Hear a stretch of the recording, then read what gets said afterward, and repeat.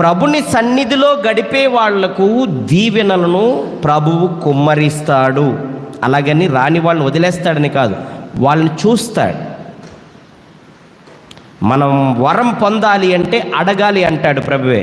మత్తయి 7:7 అడుగుడు, అడిగిన ప్రతి వానికి ఇవ్వబడుతుంది. అడగాలి. ఇక్కడ చేసినటువంటి పుణ్యాన్ని బట్టి ప్రభువే వరం ఇచ్చాడు. ఏంటి వరం అంటే ఏం చేశాడు? పుణ్యకార్యం అంటే అతిథి దేవో భవ అంటుంటాం, అవునా? అతిథులను గౌరవించడంలోనే పుణ్యాన్ని సంపాదించుకున్నాడు అబ్రహాముడు.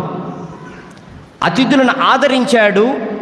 వరభాగ్యాన్ని రాదు జరగదు అనుకున్నటువంటి దానిని అది ఫలభరితం చేసుకున్నాడు అబ్రహాము తన జీవితంలో. అందుకే యెషయా ప్రవక్త ద్వారా ప్రభు అంటున్నాడు కదా, నీ పుణ్యము నీకు ముందుగా